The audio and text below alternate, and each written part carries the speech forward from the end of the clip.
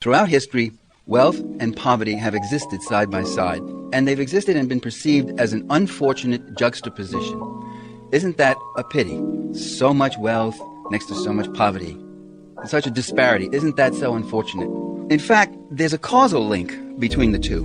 And rather than bemoaning the unfortunate juxtaposition, we should really start understanding that there's a causal link. The way you get a small group of people to become very rich is by getting a lot of other people to work very hard, very long for this smaller group and themselves consume very little.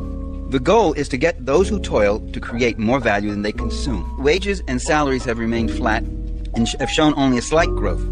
So the gap between capital and labor is increasing. More for the landlords means less disposable income for the renters.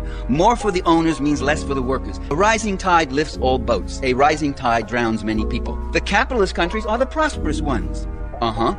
That's a very selective view of capitalism, isn't it? Most of the world is capitalist and getting more capitalist, and most of the world is poor and getting poorer. The third world is not underdeveloped, it's overexploited. These people know how to fish. They don't need you to come in with your technical advice. They need access to the shorelines, and they need webs, and they need nets and boats to fish. They know how to farm. They need land.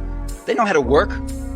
And so you see, for a few people to get rich, you see them creating this kind of utter misery and desolation, destroying not only a particular area, but destroying people's future, their lives, and the environment itself.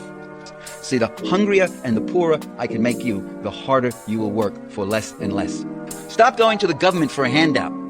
Rely on yourself and your own efforts. They themselves got their hands in the public treasury, right? I mean, they got their arms right up to their elbows in the public treasury.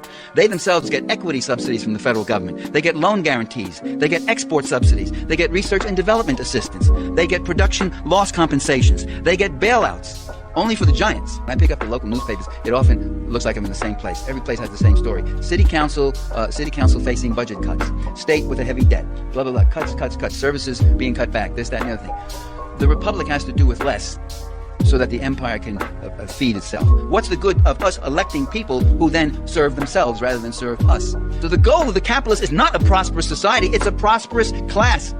And they'd rather have you poor if it means more for them. The more alternative support and wage support systems you have, the better position labor is in to negotiate decent wages. When you knock out those alternative support systems and income sources, then labor has to negotiate from yet a still weaker position, and wages can be deflated. The people who do the work should get a better slice of it. When the people are ready to lead, the leaders will eventually follow. I can tell you, in all the years you have lived, you have never heard the discussion I'm giving you right now in the major media. Not even in fair and balanced Fox networks. Would you believe that?